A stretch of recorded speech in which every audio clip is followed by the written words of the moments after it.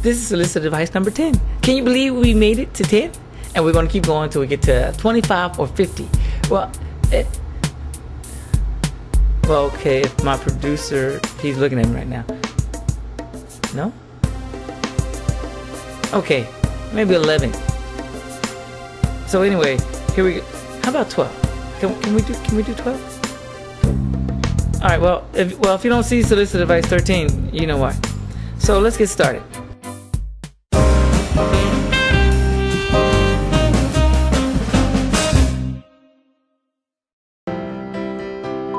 Well, remember, before I start answering any questions, I cannot diagnose any mental problem on this show. If you think that there might be a problem, maybe there is. You need to contact a professional because I cannot diagnose any problems. All right? Good. And if you're watching this from a mental institution, disregard that last statement. Anyway, let's get to question number 1.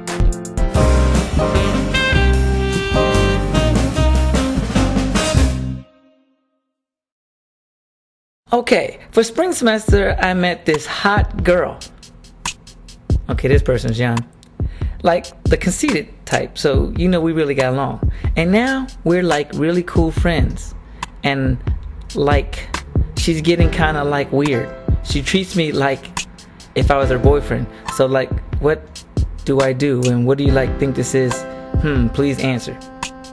Well, first thing I can say is send me a question without so many likes. Goodness. But I will try to answer your question. Let me see.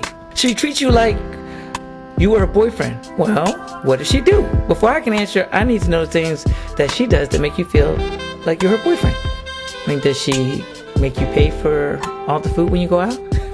I'm not saying that all women do that, but you know, it could be. That's a boyfriend issue. Let's see.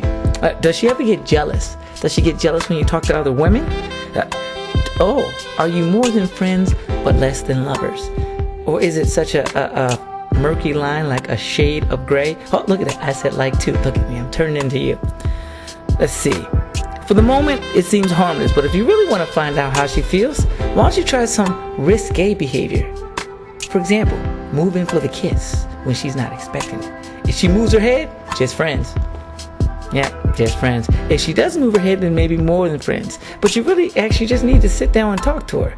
I can't really answer this question until you fill in some of the blanks and you actually tell me some of the things that she's doing that makes you think that you're her boyfriend. I don't know, maybe you're walking in the park and she asks to hold your hand. That's a good boyfriend move. Maybe she lets you walk her dog. I don't know, maybe you like walking dogs. I don't know. But send me the answer to those questions and I can give you a more definitive response. All right? Thank you for your questions and please ease up on the likes. Let's go to question number 2. I just started seeing this guy and he's great, but he's nothing like my ex. My ex was forceful and domineering. He told me what to do and I liked it, but he was also mean and he cheated on me and then blamed me for the fact that he cheated, which is why I'm seeing this guy. But this guy's too passive and he wants me to make all of the decisions. Should I dump him or keep my mouth shut and quietly compare him to my ex? Alright, well, first of all, never compare anyone to the ex. Compare them to my ex. It's not fair to the new person and you're just setting them up for failure without them even realizing that they're being compared to the ex. I mean, if you want them to make more decisions, ask him. And perhaps you can do it seductively. And say something like, you know, it really would turn me on if you would make more decisions. You never know. Maybe next time you might be like, baby, I made a decision. Take off your clothes right now because I want you. You know, you might like it. I don't know. Or you can do something that's called non-coercive persuasion. They use it in business all the time. And what that is where you make somebody actually think it's their idea and so they want to do it and then they want to work for you. And if you want me to tell you exactly how to do that, please send me another question because I don't want anybody watching this to get any bad ideas about how to use non-coercive persuasion and then I'll have people just knocking on my door. The FBI, yeah, it's just all the red tape. I don't want to get into that. So just send a question to my email and I'll show you how to do it. But sit down and talk to him. Okay, I always say sit down and talk to him, and that's something that you can really do is actually talk to him. But my producer says that I have to give an example of how to talk to him. So here's an example of how to talk to him.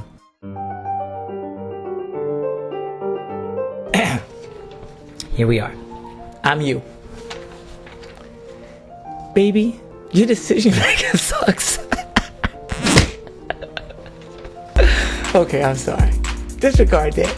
No, actually, no, seriously. You could say something like, I'm finding it difficult because I really respect a man who can make decisions. And I wish that you would make more decisions in this relationship because I really like you and I want to stay with you and I don't want to take you for granted. And if you say something like that seriously, it'll make him start to think where he wants the relationship to go. And he'll probably step up to the challenge. So there you go. That's some free solicited advice. Okay? I hope it answers your question. Let's move on to question number 3. I like this guy. He's very smart and he treats me well, but he's 15 years older than me. He's 35 and I'm 20. Insert baby crying. But I don't know if he thinks I'm too young and he has an ex-wife and 2 kids. They're great, but I may be too young. What do you think? Well, honestly, I think if you're writing me asking me if you think that you're too young, you probably are. Okay? He has 2 kids. He's 35 years old. Well, first of all, age is only a state of mind. Alright? And you're 20, so I'm sure he wouldn't mind. But you need to go and find out what this guy likes. Let me see. You're above 18, so you're legal. And there's really nothing anybody can do. Actually, now that I think about it, you have to consider your family. You have to consider your family, how they feel. You have to consider his family. Are you ready for that? He has 2 children. Are you ready to become a mother? Or is that what he wants? Does he even want a mother for his children? Another question, you have to worry about the ex-wife. How old is the ex-wife? How often does she see the kids? Are you going to be running into her? That's a big, huge dynamic that you would have to figure out. Let's see, what context do you know this man? Is he a coworker? Is he a boss? Is he a friend of your boss? Again, you need to know this. You need to sit down and have a conversation with this guy and find out what he wants. Does he really like you like that? Or is this all in your head? Because there are times that we tend to play scenarios in our head just from little things that we think are true when they're really not. So that's him getting arrested for dating you. Is that what you really want? All right, give him a conversation. Pick his brain. Again, I think the context of the relationship is what's truly important. There's nothing wrong with the fact that you're 20. I think the hitch in this question would be the children. And I don't think personally you should meet the children unless you find out what he wants and if this is going to be a long-term commitment thing, because it's not fair to the children, him bringing somebody new into the children's lives, because you don't even know how long he's been away from his wife.